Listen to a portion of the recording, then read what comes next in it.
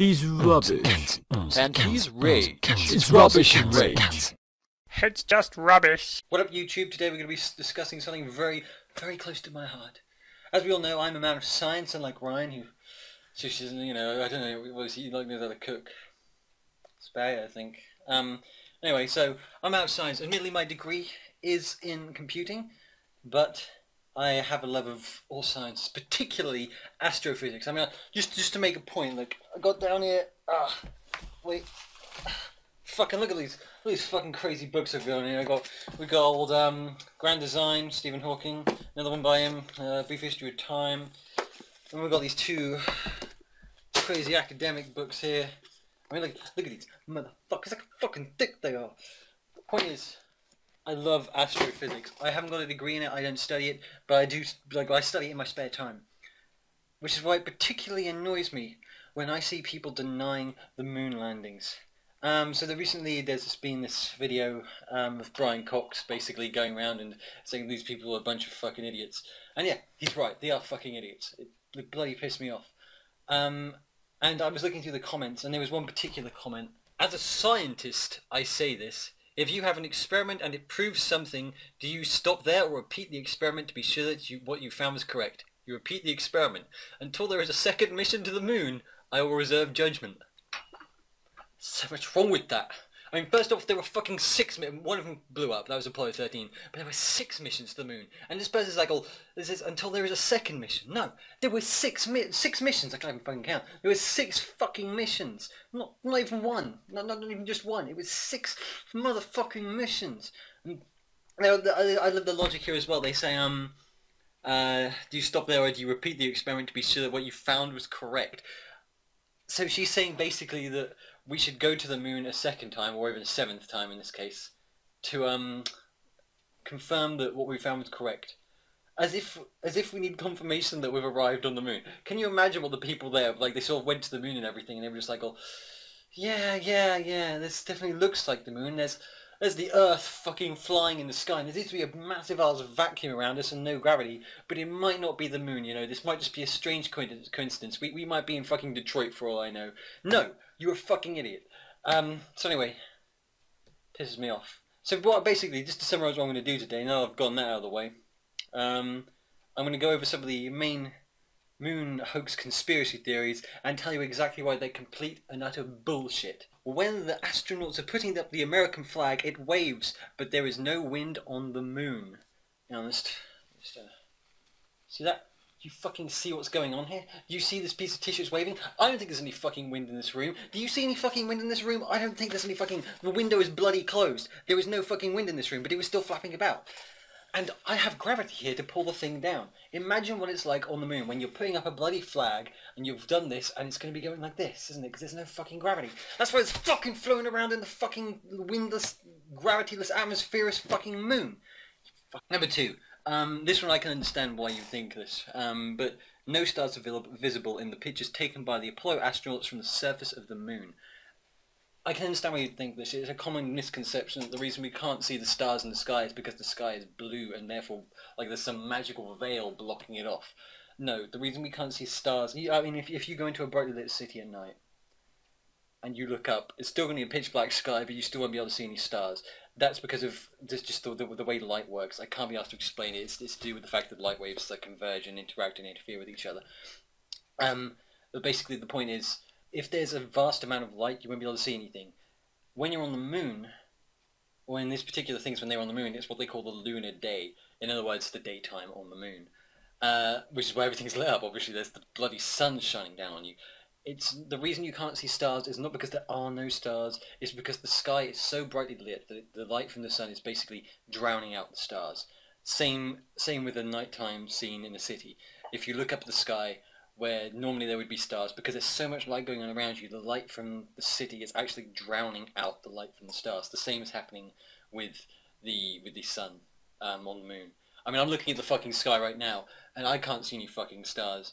So, either space is a hoax, or these people are just coming up with complete bullshit again. Number 3. No blast crater is visible in the pictures taken of the lunar landing module.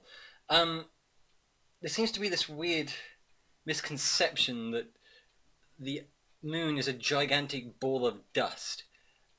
like, everyone seems to, like, it's, you know, one of those major theories that, the moon landing, the way, if it was faked, it was all filmed in the Nevada desert. Well, surely the fact that there's no blast crater should be proof that it's not filmed in the Nevada desert. The actual reason there is no blast crater is because it's landing on a massive ass fucking rock. The moon is not a gigantic desert. That dust I'll explain in a minute because it comes up in a later one I'm going to have to ridicule. But it's not just a fuck shitload of dust. That is dust on the surface. The most of it is a rock. If you had a fucking ship that was landing on a massive ass rock, it would not blow the rock to fucking smithereens, would it?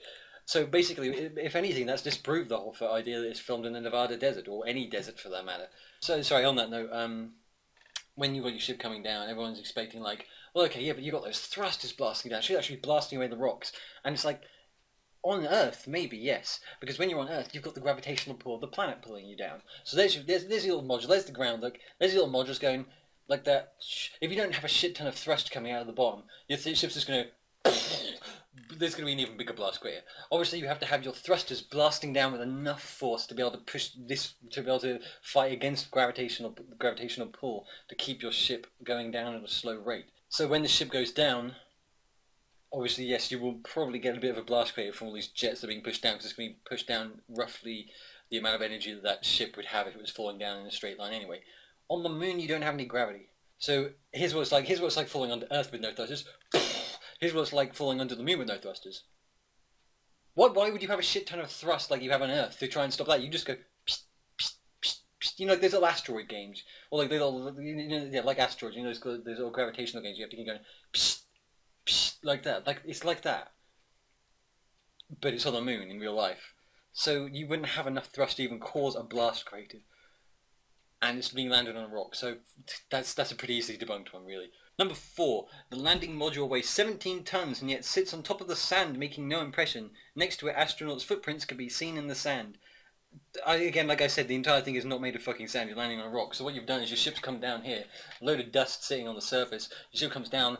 It's still got the, remember this, it's still got the thrust. The thrust is still powerful enough to actually cause a difference. I mean, this is dust it's blowing here. This is dust on the surface. So obviously it's going to make an impact. I mean, you can just go... and it's going to make an impact on the dust. So I think some thrusters trying to lift a 17-ton module is going to make some difference. So when you've got these thrusters coming out, all the dust is being sprayed to the sides. It's landing on the rock, and there is no dust to make an impression on. So I don't know what the fuck you're expecting from this. Obviously, it hasn't blown it off of the entire fucking moon. So now you've got your people coming out of your ship and walking around to the areas that the blast, that the thrusters didn't affect, and they've made footprints. I don't get what the fuck the problem is with that one. You're fucking stupid. Oh my god, what is this bullshit one here? I should probably read these lists beforehand. Okay, the footprints in the fine lunar dust with no moisture or an atmosphere or strong gravity are unexpectedly well preserved as if they're made in wet sand. This one's already been addressed in the very first question by the person pointing out trying to point out a problem. I mean, okay, imagine you've made a footprint on Earth. Why is that footprint going to disappear? It's either going to be like the pull of gravity squashing it down into the ground. That's very unlikely. The sea coming in. Okay, we've got none of that on the moon either. But most importantly, wind. There is no wind on the fucking moon. I mean, you've made this footprint on the fucking moon. What is going to make that footprint disappear? What's going to make it change shape? There's nothing, no forces. There's a very tiny gravitational force, but that's so minimal it would make no difference at all. I don't think people understand that. But most of all, the most important point there is no wind on the moon. So what the fuck would possibly make the footprints disappear? People just can't get this grasp of an atmosphere, a world that's not like the Earth. Everybody's used to this definitive pull of gravity, this constant wind, the actual atmosphere. I mean, even my hand about it right now, I can feel the air. That's not there on the moon. You don't fucking feel it. There's nothing there. Even if you took off your astronaut glove suit thing and waved your hand around, you would not feel shit. Not because your hand's fucking freezing away and or melting if the sun was out. Not because of any interaction with the actual space being an asshole or anything, but simply because there's no fucking air to make any difference. There's no air, there's no wind, there's minimal gravity, there's no water, there's nothing to get rid of that footprint. So why the fuck would the footprint disappear? Okay, this one I did have to do some googling for this one, admittedly, because I am not a chemist, and this is a chemistry matter. When the landing module takes off from the moon's surface, there is no visible flame from the rocket. According to what I've researched here, It's actually because the fuel is made up of a combination of some chemicals known as hydrazine and dinitrogen tetroxide. And I suspect, I haven't researched this bit entirely myself, but I trust these people here. These are bloody chemists, they know what they're talking about, it's not my field. But I suspect the reason is something to do with the fact that there's no oxygen on the moon. Although normally with rockets it is, all of the reactions do take place purely inside the fuel tank, and all that fire coming out the bottom is just excess really, or the energy output that's pushing it up. That I would suspect that's possibly something to do with it. Point is, the chemicals that are being used to launch it off of the moon are different to the ones we're used to, probably because of the lack of atmosphere, and the flame is actually invisible. I mean, what annoys me the most about this, though, is the fact that people consider NASA to be so stupid that they would actually forget an element like this. If science was as simple as you people think it is, then obviously they would think to put a flame on there. You think NASA are sitting there thinking, like watching this thing just float away, and they're thinking, oh, I can't see anything wrong with this, everything's just perfectly fine. No, they would fucking think, hang on a second, we need to put a flame on there. Unless, of course, there is a scientific reason there wouldn't be a flame. There obviously is. Yeah, I suspect this is some experiment. You go and try it at home. You go and find these chemicals, put them together, fucking set them on fire or whatever, and I suspect you'll have an invisible flame. Obviously, don't be stupid and put your hand over it because you can't see anything. So yeah, that's, again, chemistry field. Can't quite adjust that one myself. But the point is, I know NASA would not be stupid enough to miss something like that out if they were faking it. This is NASA, they're pretty fucking intelligent people, okay? There are movie directors that keep consistency between these things much better than that. I'm pretty sure they know what they're doing. What the fuck is this shit? You people, these hoax people really are grabbing at straws sometimes. If you speed up the film of the astronauts walking on the moon's surface, they look like they were filmed on Earth and slowed down.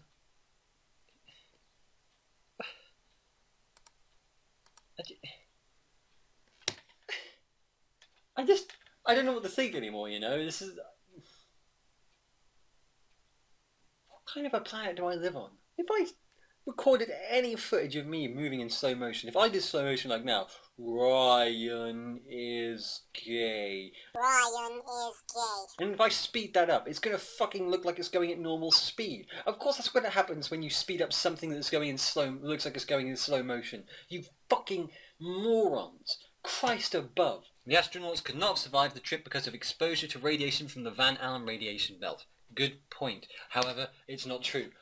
Quick recap on what the Van Allen radiation belt is. I say recap, not many people probably know what this is without researching it. Basically, you know we've got the Earth. If you know anything about science at all, if you don't know anything about science, then fuck you. But if you know anything about science, you'll know that Earth and quite a lot of other planets, or the majority of planets, have a magnetic field. Sort of protects us from a lot of shit.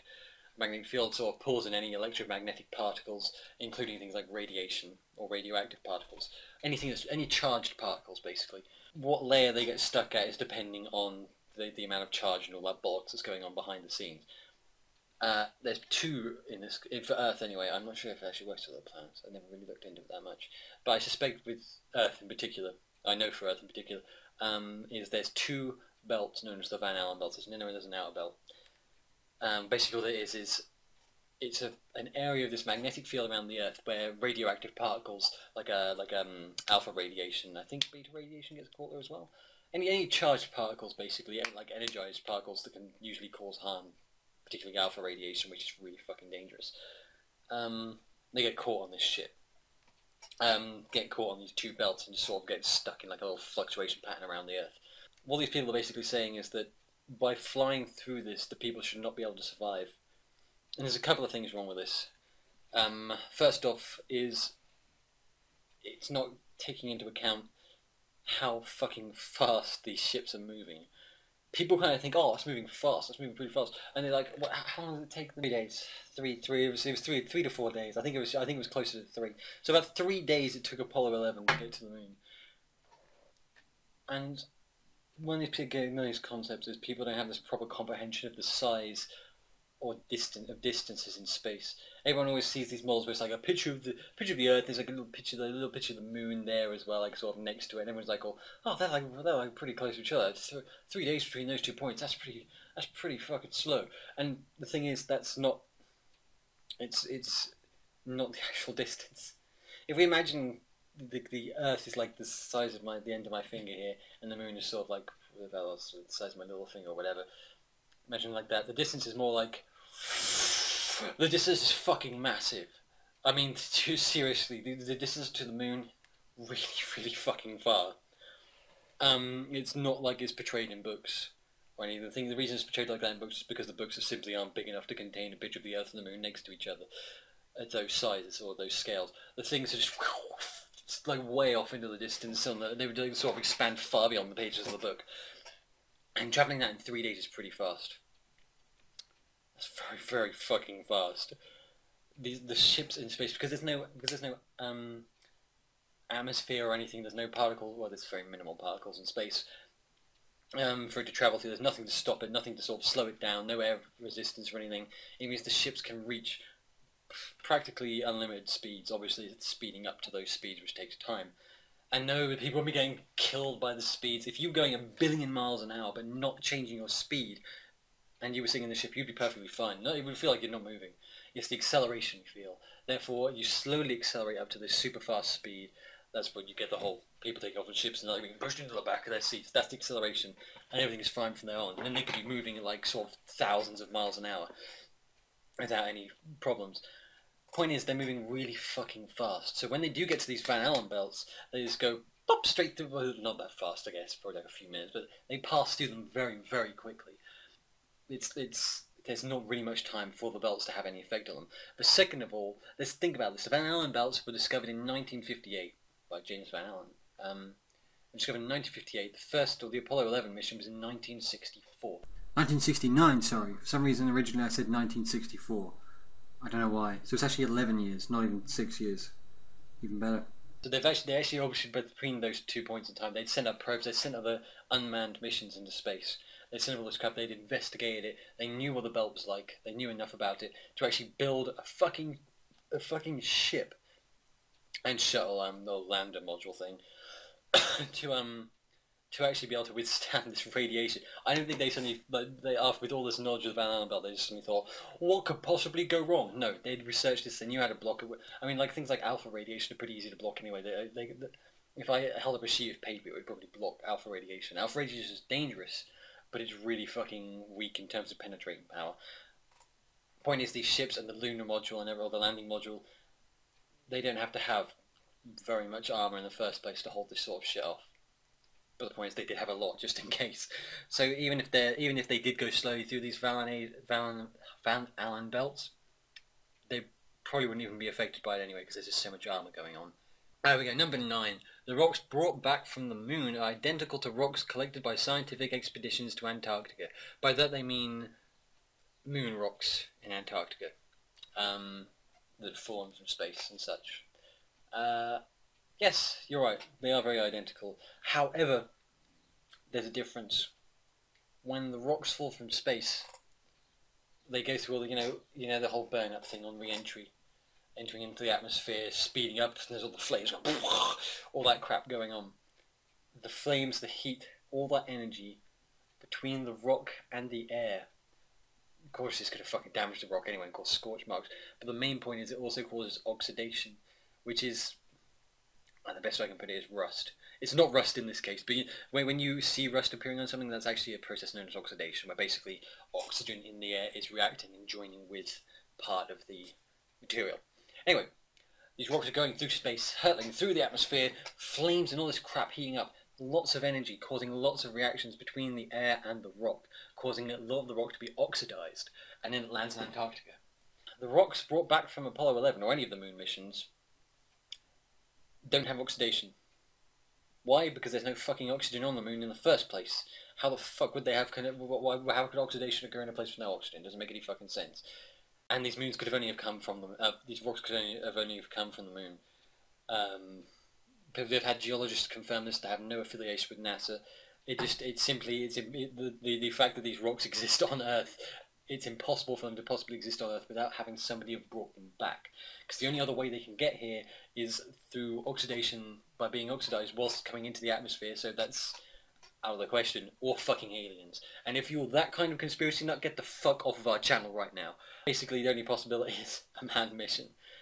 if anything, this whole rocks being the same but slightly different because the oscillation is proving that the people went to the moon, or the moon landings were real.